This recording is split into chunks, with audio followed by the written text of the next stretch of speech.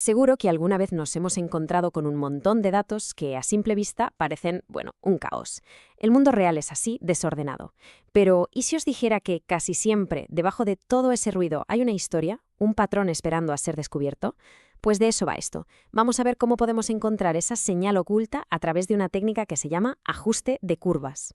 Vale, aquí tenemos la hoja de ruta. Primero, vamos a entender bien a qué nos enfrentamos con esos datos caóticos. Luego veremos la diferencia entre dos conceptos clave, que son la interpolación y la regresión. A partir de ahí, nos preguntaremos qué significa eso de el mejor ajuste. Buscaremos la solución, la de mínimos cuadrados, que es la que se suele usar. Y para terminar, veremos que esto no va solo de líneas rectas, ni mucho menos. Venga, pues vamos al lío. Empecemos por el principio, por el gran desafío que tenemos entre manos. A ver, imaginamos los datos de un experimento en un laboratorio, o no sé, las cifras de ventas de un producto a lo largo del año. Casi nunca van a formar una línea perfecta, ¿verdad? Lo que tenemos es más bien una nube de puntos dispersos. Entonces, la pregunta del millón es, ¿cómo narices trazamos una línea o una curva que represente la tendencia real que hay ahí debajo, pasando un poco del ruido y de los pequeños errores de medición? Bueno, para empezar a poner orden en ese caos, lo primero es elegir la herramienta correcta. Y ojo, porque la elección depende totalmente del tipo de datos que tengamos. Y aquí está la primera gran distinción, que es clave. Por un lado tenemos la interpolación. Esto es como el juego de niños de unir los puntos. Se da por hecho que cada punto es sagrado, que no hay errores, y se traza una línea que pasa sí o sí por todos y cada uno de ellos. Pero luego está la regresión. La regresión es más realista. Sabe que en el mundo real hay ruido, hay errores, así que no intenta pasar por todos los puntos. Lo que busca es capturar la tendencia general, la música de fondo, por así decirlo. Claro, y esto es súper importante. ¿Qué pasaría si intentamos usar la interpolación, la de unir los puntos, con datos del mundo real, con datos ruidosos? Pues que la fastidiamos. Estaríamos dibujando una curva que sigue a la perfección los errores. Acabaríamos con un garabato que sube y baja con cada pequeña desviación, en lugar de mostrarnos la verdadera historia que hay detrás. Vale, entonces nos quedamos con la regresión, que es la herramienta para el mundo real. Pero ahora tenemos otro problema. Si tenemos una nube de puntos, podemos dibujar infinitas líneas rectas que la atraviesen. ¿Cuál de todas ellas es la mejor? ¿Qué significa siquiera que una línea sea la mejor? A ver, una primera idea que se nos podría ocurrir, algo bastante intuitivo, es medimos la distancia de cada punto a la línea, eso es el error, y buscamos una línea donde los errores por arriba se cancelen con los errores por abajo, o sea que la suma de todos los errores sea cero. Suena bien, ¿no?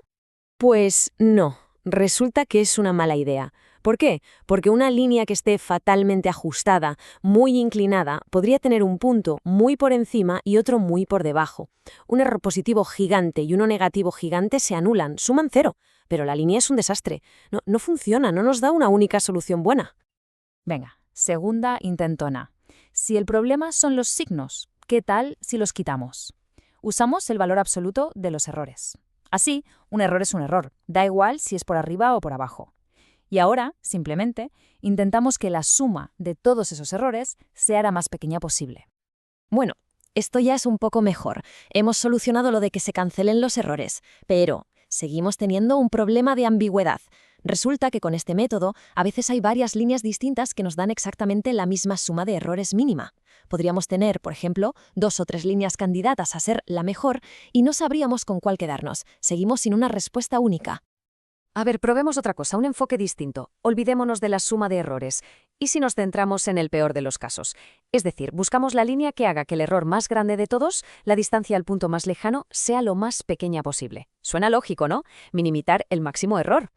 Pues tampoco nos sirve. El problema, los famosos outliers, esos puntos que están completamente fuera de lugar. Este método le da un poder tremendo a ese único punto rebelde. Para intentar acercarse a él, la línea entera se desvía y acaba ignorando por completo la tendencia clarísima que marcan todos los demás puntos.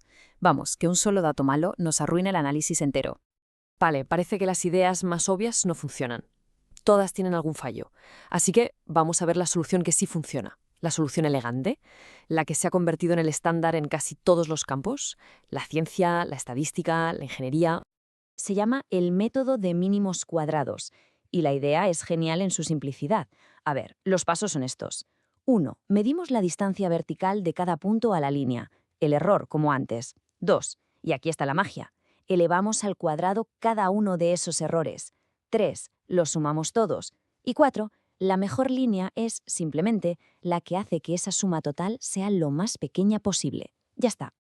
¿Y por qué esto sí que funciona? Pues por varias razones. Primero, al elevar al cuadrado, todos los errores se vuelven positivos. Adiós al problema de la cancelación. Segundo, y esto es muy importante, se penaliza muchísimo más a los errores grandes. Un punto que está un poquito lejos no influye tanto, pero un punto que está muy lejos tiene un peso enorme. Y lo más importante de todo, está demostrado matemáticamente que este método siempre nos da una única solución. No hay ambigüedad. Claro, para encontrar esa línea que minimiza la suma de los cuadrados, no hay que ir probando.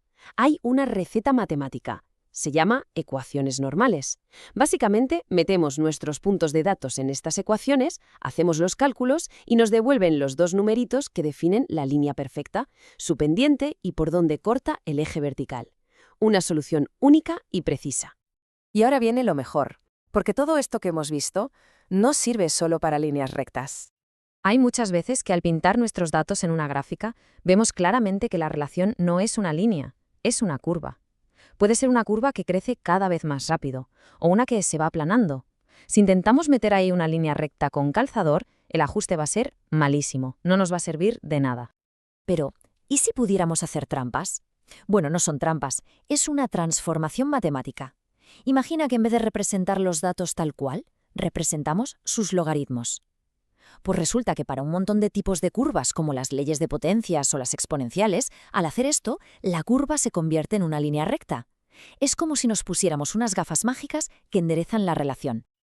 Y esto es potentísimo, porque significa que podemos coger nuestros datos curvos y complejos, aplicarles una transformación para enderezarlos, usar nuestro método de mínimos cuadrados para encontrar la línea recta perfecta en ese mundo transformado y luego simplemente deshacer la transformación.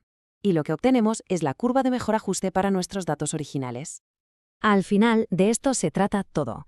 El ajuste de curvas es mucho más que dibujar líneas. Es una herramienta brutal para encontrar la simplicidad oculta en la complejidad, para encontrar la señal entre todo el ruido y entender las reglas que gobiernan sistemas que, a primera vista, parecían un auténtico caos. Y esto nos deja con una pregunta final, para darle vueltas. ¿Cuántos patrones que hoy nos parecen increíblemente complejos, en la economía, en la biología, en el universo, están ahí, esperando simplemente a que encontremos la transformación correcta, la perspectiva adecuada, para que de repente todo encaje y se revelen como una tendencia simple y elegante?